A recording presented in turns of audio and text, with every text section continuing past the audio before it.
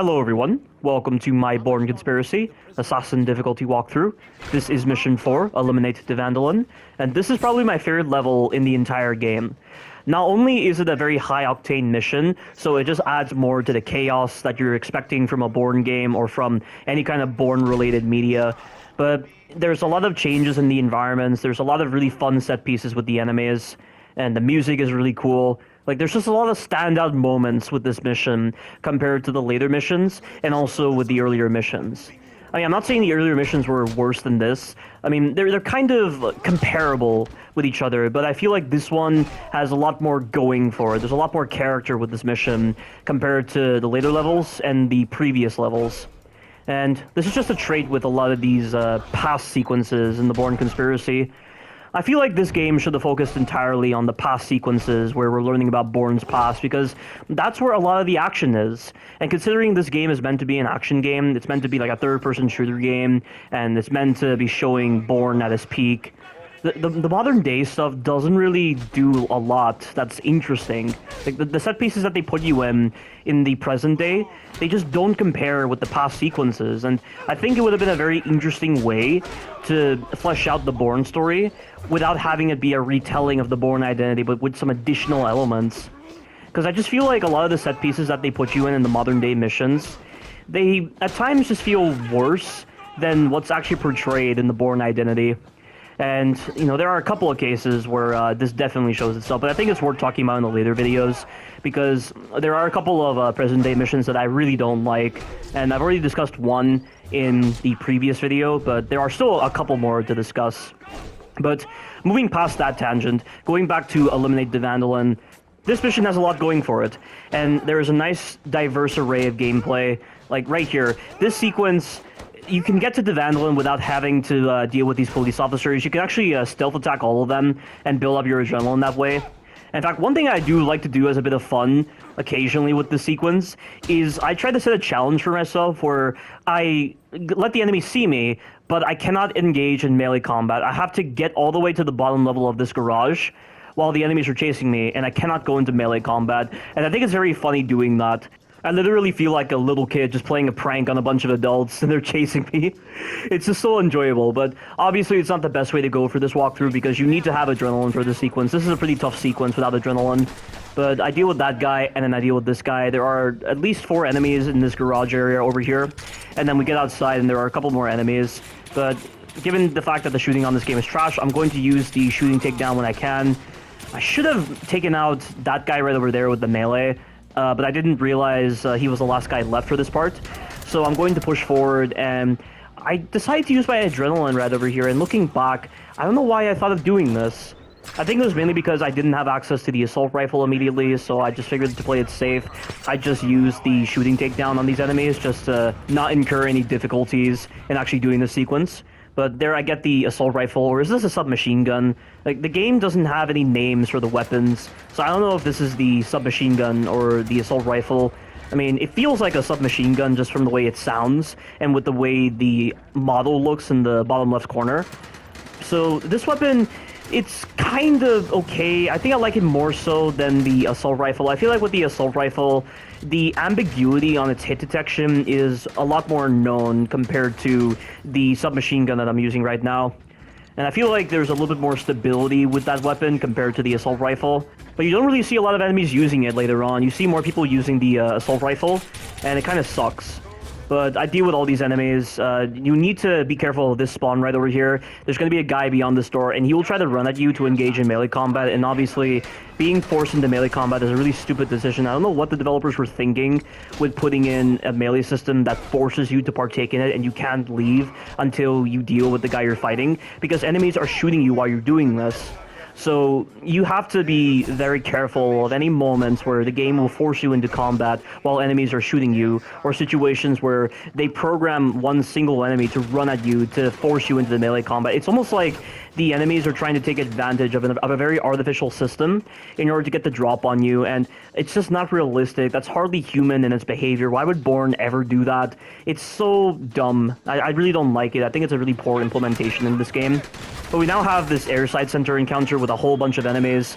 You've got to know the spawns very well. You've got to know the number of enemies that you're dealing with if you want to stand a chance against these enemies. Like, you do not want to push up too quickly. These enemies can kill you very quickly with their weapons. But make sure you have enough adrenaline in order to take on these guys over here. So I'm going to use the shooting takedown on these guys, given that my submachine gun is completely out of ammo. There we go. And there's a couple more enemies down below. There's still that guy right over there. And this is me having trouble with the micro adjustment system and the camera sensitivity. Like, it's just so hard to move the camera like a centimeter just so I can hit the guy's head. Like, Bourne has all these disproportionate motions that just don't match the way you're moving your analog sticks. And like I said, this is just a huge problem with this game, and you can tell this game wasn't optimized very well. But I deal with these guys, and there's going to be a couple more enemies right behind me once we get down the stairs. I run out of ammo, so I'm just going to pick up this guy's weapon over here. If there is a weapon, but I don't think there is. So I'm just going to use my pistol on this guy, and he's done. And can I just say, guys, given the fact that nobody plays this game anymore, and this game was completely forgotten by so many people, I think I'm the only person that plays this game. And compared to other people on YouTube, at least my playstyle represents very expert play. Every time I watch someone playing the Bourne Conspiracy, I always see them doing the wrong things. They're not using the instinct mode in order to auto-aim onto the enemies. They're not engaging in the melee properly. They're not using the kicks at all. They're just using the 3-hit combos. Like, everyone just uses the standard square, square, triangle combo. I mean, I do, but I also complement it using kicks, because I know when to use kicks, and I know the loops on the enemies. Like, there's definitely stuff to learn with this game, but nobody plays this game professionally. So, pretty much, I'm the only good player at this game. I'm pretty much the master of this game, given that I'm the only one that plays the game, and I actually know what the hell I'm doing. And at least I'm a master in the correct sense. I'm not like someone who claims to be a master because they do all these stupid runs like Knives Out for Resident Evil Village or any other Resident Evil game that's not designed for knife only, or we're doing kill-all runs, or we're doing all these other runs that just aren't practical and they have no sort of application with future playthroughs of the game. They're just there because people want to do silly runs, this and that. In fact, speaking of silly runs, I've been thinking of doing another run of Resident Evil Village, and I've actually recorded it, but let's just say it was not a very pleasant experience. And the inspiration for this run came from Ether, because he actually did Resident Evil Village on Village of Shadows difficulty without spending more than 10,000 lei. And the thing with Ether is, he said that he has very controversial thoughts on Resident Evil Village being suitable for the whole idea of no upgrades, or like with less than 10,000 lei. But I'm just like, why do you have such controversial thoughts? Like, you can't have seriously played through this run and thought it was possible for the game to be designed with these restrictions. Like, you can't look at this game and even think of the whole idea of it being a positive experience. I mean, you've most assuredly played Evil Within on a Kumu difficulty without upgrades. When the developers put in trophies that specify specific conditions that you need to adhere to when playing on the highest difficulty, or just going through the game in general, you know that the developers actually play tested the experience in order for this to be possible. So when the Evil Within specifies that you have to beat the game without upgrades, you can also beat a Kumu difficulty, they've clearly gone through the game and play tested it to actually see that it's possible to do, and it is possible to do. So I don't feel any sense of dishonesty when it comes to the developers of the Evil Within. But when it comes to the Resident Evil Village team, and they're saying that you can beat the game with less than 10,000 lei, and you can beat the game Knives Out, yet when you try to apply those restrictions to Village of Shadows difficulty, and it feels like you're playing with a ball and chain, you're just opening yourself up to a lot of the poor designs present in Resident Evil Village, you're dragging out the encounters, you're feeling so fatigued. Like, that's what I was feeling when I was doing that run, and I earned absolutely nothing in the aftermath of that run. I didn't feel like I enjoyed the game at all. I just hated the game even more, and I think that's one of the other good things about doing this run. It will help with my review of Resident Evil Village, because I talk a lot about the idea of Knives Out and the whole idea of like the merchant system being so forceful in its implementation within Resident Evil Village, that doing that run allows me to hate the merchant from a more informed perspective. Because there are a lot of people that say, oh, because Ether did this run, or because someone else did this kind of run, the game is therefore designed with this kind of restriction in mind. Yet they clearly don't understand how much the gameplay experience is impacted, but that's just the thing though. So many idiotic gamers don't understand what it means for a game to be negatively impacted. Look at Assassin's Creed Odyssey, for instance. Look how much that game is designed with microtransactions in mind. Look at the balancing of that game.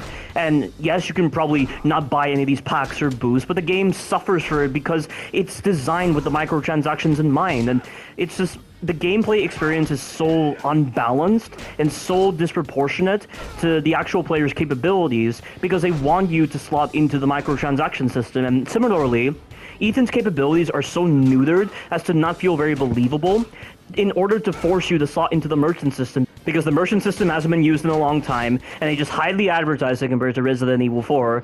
And given how much they were advertising the merchant, it was clear that the merchant was going to be a very forceful mechanic in the game's final product, and it was dreadful.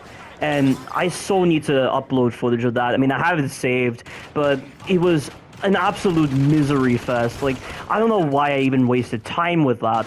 Like, if you're not feeling any sense of fatigue, if you're not feeling so bummed with the game, if you're not feeling any sense of negativity towards this run, you are not human. You are seriously not human. And I mean, I'm not trying to voice this against Ether or anything, but I don't understand why he even brings up the whole idea of saying he has controversial thoughts on the whole idea of the game being designed with the restriction in mind, or the game being designed with the merchant in mind. Like, he says he's split between whether to fully support the run and like its implementation, or to not support the run, but it's like, why would you ever be in the split between that? Why do you not favor the whole extrema of just saying that it's not practical? I mean, anyone could easily say that. Like, it just doesn't fall in line with the foundations of what defines a game. And when you're having to expose a lot of the simple designs with the bosses, when you're having to drag out scenarios, when you're having to approach Resident Evil Village from an even more rigid playstyle, because there's no flexibility involved with this whole 10,000 lei restriction. And I mean, the only real thing that's flexible about it is your choice of either upgrading your inventory or not. But I didn't upgrade my inventory for the run. I chose instead to buy the recipe for mines, and I also bought some pipe bombs here and there. But I did that because I did not want to be in some kind of situation where I'd be forced to sit through Moreau's boss fight for more than 3 minutes. Moreau's boss fight, I can't even stomach the whole idea of doing that fight for more than 3 minutes, or even like trying to play it as if the fight was even working as intended. Like, I'm just having to deal with each of Moreau's individual moves. Like, I don't want to put up with that, because Moreau is a badly designed fight, and I'm not going to entertain this boss. I'm not going to give this boss any respect. I'm not going to take off at least 3 minutes of my life just to do this fight with this restriction in mind. I just wanted to not do it the same way Ether did, because Ether, there's something about Ether that I really don't get. I feel like he's at times a little too honorable towards games that are badly designed, or towards sections that are poorly designed. I feel like he expresses his code of honor in inappropriate situations that really don't feel befitting for the whole idea of honor. Like, if you're talking about a section that's really well designed, I can totally understand that. I myself have this code of honor towards respecting the functional designs put in place for the game, towards the pacing of the game, towards the mechanics of the game. But I feel like Ether is a little too casual at times, with showing a little too much respect towards certain sections. Not really too much, more so that he's just showing respect disproportionate to the functionality of the situation, which in this case is not very functional. That's just something I've never really understood about Ether. It's one thing that's kind of puzzled me about him, but he's still a cool guy nonetheless. And he said he's doing a marathon run of Resident Evil 7, the Not a Hero DLC, and Resident Evil Village. Of course, with the Resident Evil Village game, he's doing the whole 10,000 layer restriction again. I just don't understand how Ether can have the patience to put up with the shitty encounters of Resident Evil Village when you're going through Village of Shadows difficulty with the 10,000 lay restriction and you're just being so gimped as to feel like you're playing with a ball and chain. Like, I don't know how he has the patience to put up with that. But that's just what that whole run is. It's just a test of patience and nothing else. And it's dreadful. I don't see how anyone can equate patience with skill. That just doesn't sit right with me at all. It just goes beyond rational thought and into the realm of irrational thought. Skill and patience are two different ideas entirely. They're not the same. They're mutually exclusive from each other. You can't convince me otherwise. It's fucking stupid. But we've just done a whole bunch of those encounters, which are pretty simple. But now we have this difficult encounter with Eliminate the Vandalin. This is the train encounter. So the game is going to give you a shotgun, and there will be 2 moments where you're forced to engage in melee combat. You've got to be very smart with how you use your adrenaline in this part, because there are definitely some sequences in this train area where it's almost like the game needs you to have adrenaline. Like, there's one situation where Bourne dives through 2 windows, and there are enemies, like, feet from him. And the only possible way you're going to ensure any consistency in that part, and to stop the enemies from killing you, is to use your shooting takedown. I mean, this right here, I'm choosing to use the shooting takedown to limit the enemies and actually reduce their numbers so that I'm less likely to die. And I know that there is a melee encounter coming up when I jump over to this next train car. So I'm going to get rid of these enemies. This guy is going to spawn in when I jump into the next train car. I need to make sure my shotgun is reloaded as well. So I'm just going to do the standard loop. I mean, this is the original loop. I shouldn't be doing this loop. So this guy's going to block. I should not be doing the heavy kick. I should just be doing the light kick when he blocks. It's just wasting time. There's no real need to do this. Just use the light kicks only. But we do this part right over here, and I think... Is this the part where we jump through the window and the 2 enemies are there? Yeah, it is. This is it. So this right here is bullshit. Why would they place 2 enemies this close to you while you're stuck in an animation? That right there is the worst part of the sequence. And this is precisely why you need the shooting takedown. I mean, look at that. I was so close to dying. I was immediately put into red state. I was put into red health almost immediately before I even had the chance to press circle. It's so bullshit. I don't like that part. And this part right here is very dangerous because, once again, the enemies, they have the higher numbers on you, and there's not a lot of cover in the sequence. I mean, there is cover behind me, and I'm only pushing up because, like I said, I'm kind of averse to the cover system on this game, but there are definitely situations where it's definitely better to use the cover system. But also, I just feel like the shotgun has very limited range, and it won't connect at a long range. So that's why I'm having to push forward, and I'm also using like the side of the train car as like a small portion of cover in order to keep myself alive, and that's how that works. But I've done that sequence, and now we have this mini-boss encounter, and this is when I remembered, like, the last time I fought this guy, I didn't use the heavy kicks whatsoever. So this is when I decided to change up my approach to the loops with the enemies. So you see right here, I'm trying not to use the heavy kick, I'm trying to use the light kick. I mean, that right there was a mistake. I don't know why I moved up towards him. I mean, again, like, it is easy to kind of get lost in thought or to get distracted by certain things to realize that you're going to screw up your loop. So that's understandable. And also, something I should actually mention is whenever you successfully counter an enemy's attempt to do a takedown on you, you actually reset their cycle of animations to default, meaning that it's easy to initiate this loop of kicking the enemy after you counter their takedown. So anytime you're actually in a position where you have successfully countered an enemy's takedown, always assume that you are going to be able to do the loop properly. I mean, that right there was a little slow, or maybe the input for the kick just didn't register properly.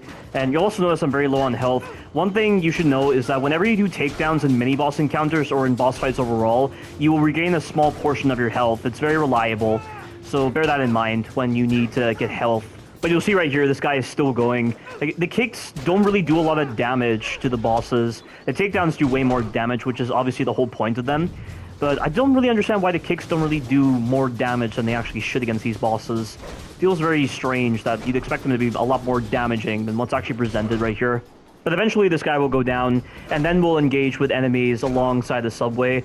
And again, this level is expressing the fact that it's changing constantly. We've gone from an airport into a train, into the subway tracks, and then we'll be on a plane when we do go to deal with the Vandalin. Like, it's so cool how much this environment changes within this level. But it's all pretty simple, so I'll just resume the tangent I was discussing with that run I'm doing for Resident Evil Village. So I gave up on the run entirely. Like, I took damage at certain points during Heisenberg's boss fight and afterwards, and I discovered something really stupid with Heisenberg's boss fight, and it's the one major problem. So, for some reason, you cannot place mines on the ground when Heisenberg puts you into the phase where you're forced to fight him without the vehicle. Why can't you place mines on the ground? That's so stupid. So, I had originally gone into the fight thinking I was going to breeze through Heisenberg's boss fight with ease, given the fact that I crafted so many mines.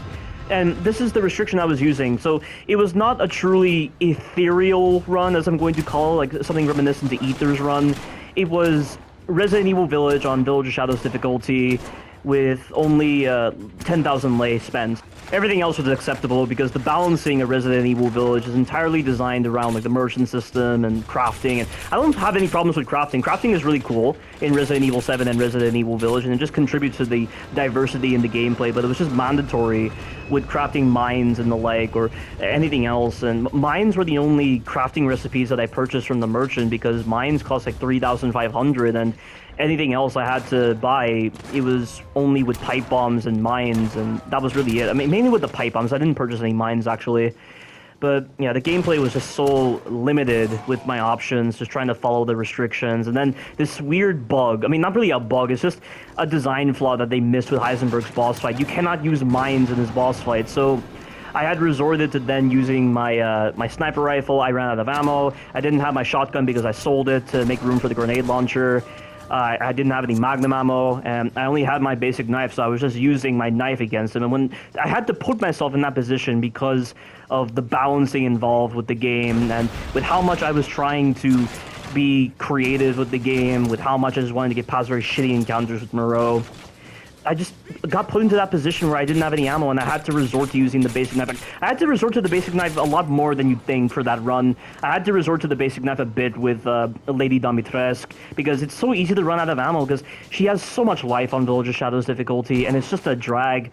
And then Heisenberg's boss fight, like, Heisenberg gets stunned pretty well even without upgrades, but the knife just wasn't doing it for me. And there were also situations where Heisenberg would do his long-range attacks even when I was at close range. Clearly, when the gameplay is going to fall apart like that, and when you're having to resort to your basic knife, you can tell that the game is not designed for Knives Out, and this restriction just feels so impractical. And I don't care that Aether did his run successfully.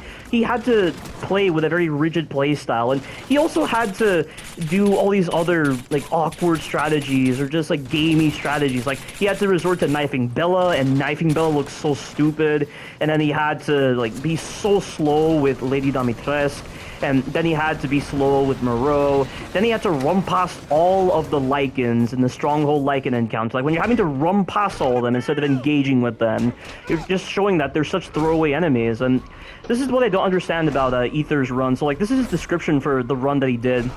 The point of this run is to showcase that Village of Shadows can still be done on no damage with consistent and efficient strategies. That's right, consistent and efficient strategies. But what is, like, when it's gonna look that gamey, and also when you're having to deal with some of the movement problems, and also with the knife problems, and you're having to, like, resort to such methods against Bella, or you're having to just, like, slow the gameplay to a halt with Lady Dimitrescu or Moreau, or when you're just having to run past a bunch of enemies in the Stronghold Lycan encounter, when it's a sequence that superficially it looks designed for all the weapons in mind, it looks designed with upgrades, it looks designed in the way that you're supposed to deal with the enemies individually. Like, it just feels like you're not meant to run past it.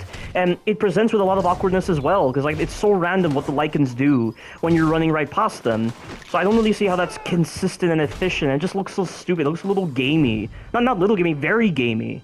And continuing on, without relying on the Duke's weapon upgrades and without needing to craft flashbangs, mines, and pipe bombs, Aether is very averse to crafting flashbangs, or really using flashbangs in general during certain encounters, like with Sturm, for instance. I don't know why Aether has, like, this aversion to using flash grenades against Sturm, because Sturm is a very awkward fight. And you spend so much of your time in the initial part of the boss fight just getting him to destroy the walls. so that you have room to run around, and it just wastes so much time. And flashbangs just speed up that whole process. Not to mention, there are situations where Sturm's pathing doesn't make any sense, and also, if you kill him when he's about to fire his fire, he will still fire the fire during the death animation. And he'll also do it when he gets stunned by the flash grenades. So the flash grenades are necessary for that boss fight to not make it look a lot better, just appearance-wise, and to also ensure a lot more consistency. And it just feels like a Resident Evil fight that way. It feels like a properly designed fight with the flash grenades in mind.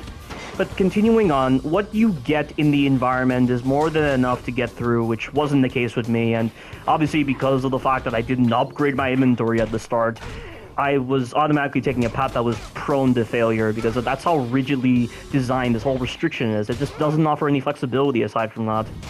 And this is where I really find a lot of confusion with Ether's statement. In a sense, I find this to be the best way to play Village of Shadows, as all the bosses and encounters demand more knowledge and skills. I spend more time just reusing the same strategies that I used against the bosses, but it was just taking longer, and I was having to be very slow with a lot of the encounters. And I don't see why Ether phrased it like that. And continuing on, everything can flow quickly and smoothly as long as you manage and utilize your resources intelligently. I didn't feel like I was being intelligent with my resources whatsoever. I didn't feel like there was anything like that. It's just the game was forcing me down that path, so it was just kind of the illusion of intelligence. Therefore, making Resident Evil Village look more like a survival horror game. Like, I don't know why he had to phrase it like that. Why did he have to say that part? Therefore, making Resident Evil Village look more like a survival horror game. I don't see how you can look at Ether's gameplay with that restriction in mind and just call it a survival horror game. It doesn't feel like survival horror at all. It just feels like a what the fuck am I playing kind of game. And it just, I feel like Ether phrased it in a way so that the people who don't understand what survival horror is, or they just rely on the most superficial aspects ever when judging survival horror games, could actually relate to that statement in some way. And it was very off-putting just reading that statement from Ether in his description for his video, because in a way it almost felt stigmatizing. It almost felt like labeling, and labeling is a terminology that's used when people try to rely on the most base, superficial, and downright unimportant features in order to designate someone or something as such. So I feel like it just sends the wrong message about Resident Evil Village and these restrictions, how Resident Evil Village only looks like a survival horror game when you're playing with these kind of restrictions in mind. But that's just that's just so wrong on so many levels, and that's just some of my main gripes with Ether's description when he was discussing what the overall point of the video was, and just the general minutia to the run. And I mean, I still like the guy, but it's just I just wish he better understood the game. I just wish he actually understood that the run he did had problems to it that I just think he didn't really identify immediately. Like, these are such glaring issues with the game that I just find it surprising that he would still consider the whole idea of Resident Evil Village being designed with these restrictions as a controversial idea. It's just something that really doesn't sit right with me with that run, and that's why I don't support it, and that's kind of what the whole point of this run that I was doing in Resident Evil Village was. So expect to see that run on my channel. I mean, I honestly regret even calling it a run. It's not even a run, it's just a what the fuck am I doing kind of thing. That is what it is. I don't know why I wasted time with that, but I mean, it's for the reasons I just explained, but even then I'm just controversially thinking of, oh, there was no point to this, oh, there was a point to this. Like, it splits me down the middle pretty much with this kind of run, and boy will I have a lot to say when I do that run, because it's kind of on the same levels as that Knives Out run that I'm doing for Resident Evil Village, where I'm just shitting all over new Capcom and other fake Resident Evil players and other people that just do all these kind of stupid runs. It's going to be on the same level as the Knives Out run I did for Resident Evil Village. That's what it is, and I don't want to consider the Knives Out run an actual run. That's what I'll say right there. But this is the end of this really fun mission in the Bourne Conspiracy. Stay tuned for the future missions. Thank you all for watching, and you take care now.